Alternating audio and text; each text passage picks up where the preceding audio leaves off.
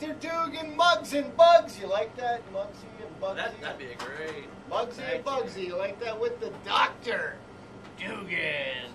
Muggsy's going to go on his rant here. Take it away, boy. First of all, what's up, Doc? Well, Edit. I think I'll leave that one in. I like that. yeah. Well, unfortunately for West Side fans, the Bell's on its way back to Scranton High School. Very, very demolishing effort by Scranton over the weekend. 49-7.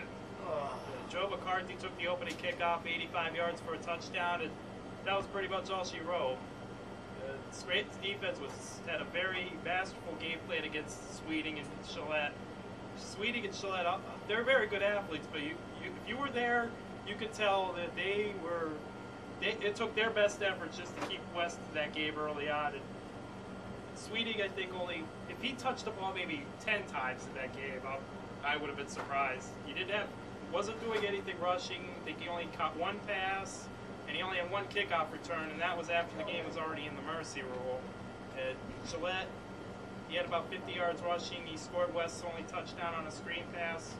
But all in all, it was a very disappointing effort for the Invaders.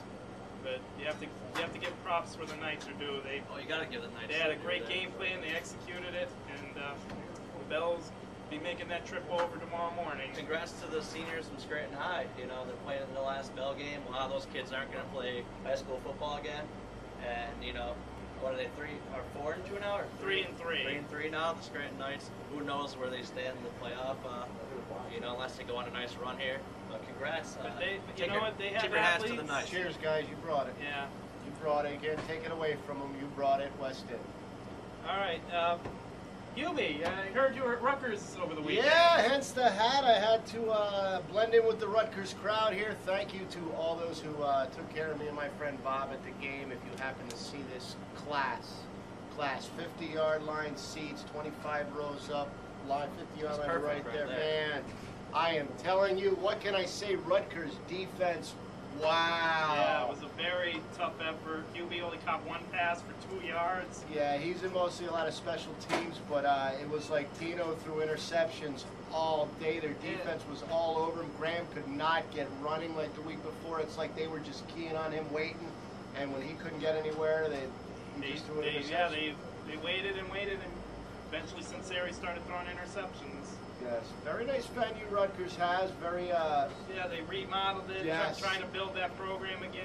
Big support. Very loyal fan base. I like Rutgers. Very nice organization they have there. So Pitt, you got to step it up. Pitt's a team I noticed they're either dynamic or just. Pitt also seems like a team that they can't wait to play from behind. They can't be one-dimensional passing. You know, they have to be at least even or have a lead for their offense to get going and to involve our boy Hubie. Yeah, Hubie, great hustle, buddy. Great hustle, Hubie. I'll tell you, on and off the field, running in and out, he never stops running, that kid. A lot of NFL teams for, actually, the Pittsburgh Steelers, you need to look at Big 83 for Pitt. Oh, man. He'll be in that combine. Yes, He will. He might be a combine wonder, Hubie. What else we got, Matty? Anything? Maine, did you see on the ESPN Top 10, Maine pulling out that upset against James Madison? That's a big upset. A two-point conversion in overtime. They went to that buttle huddle that the teams have kind of scrapped over the years, but Maine saw something in James Madison's defense, and they went for it. There was a nice little Elway flip. I forget who was the player who did that, but it certainly looked good on the ESPN Top 10 over the weekend.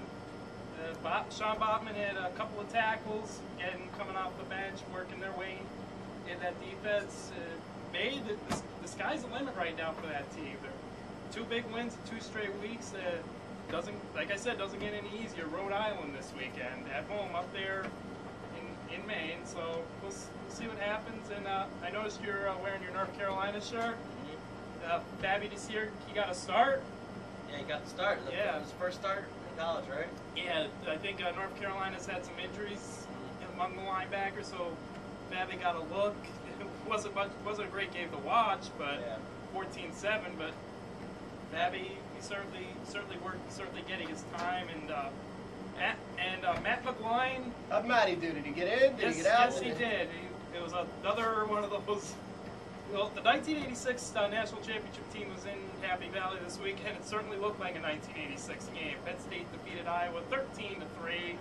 Matt McGloin throwing the only touchdown to Kevin Hapla in the fourth quarter. Woo, Matty! That was after he threw an end zone interception in the third quarter. But it's clear, it's becoming even more clear now that McGloin is definitely the man. Bolden, they don't trust Bolden as much now as they ever did. I mean, I even heard Chris Spielman, who was covering the game for ESPN, said that Bolden could not complete a 5 to 10 yard pass to save his life. In practice, he said. Yeah, in practice. And that's in practice. Yeah. And I think I heard and the Urban Meyer yeah. twice or 3 times. Oh, Urban Meyer, it was the straight paper Saturday morning. Looked like he was rumored to be the head man in line, and Urban, I don't know if you heard it of it. He kind of got caught himself. He said, "Our quarterbacks," when he was talking about. He did not catch that. It was on YouTube if you look it up. But well, yeah. That's right. I mean, Bolden's 3 passes. 2 of them should have been pick sixes, and the third one hit the referee. hit the referee. So what do we think? We think Matty should be starting now. Yeah, what we're saying. There's very little question about that. I mean, Purdue coming in. I think if you're going to get the offense going now, this is the week with Purdue coming in before you get into the second half of your schedule, which is a very tough schedule. Yeah. So that's all I got, Matty. That Urban Meyer guy knows a little bit about football.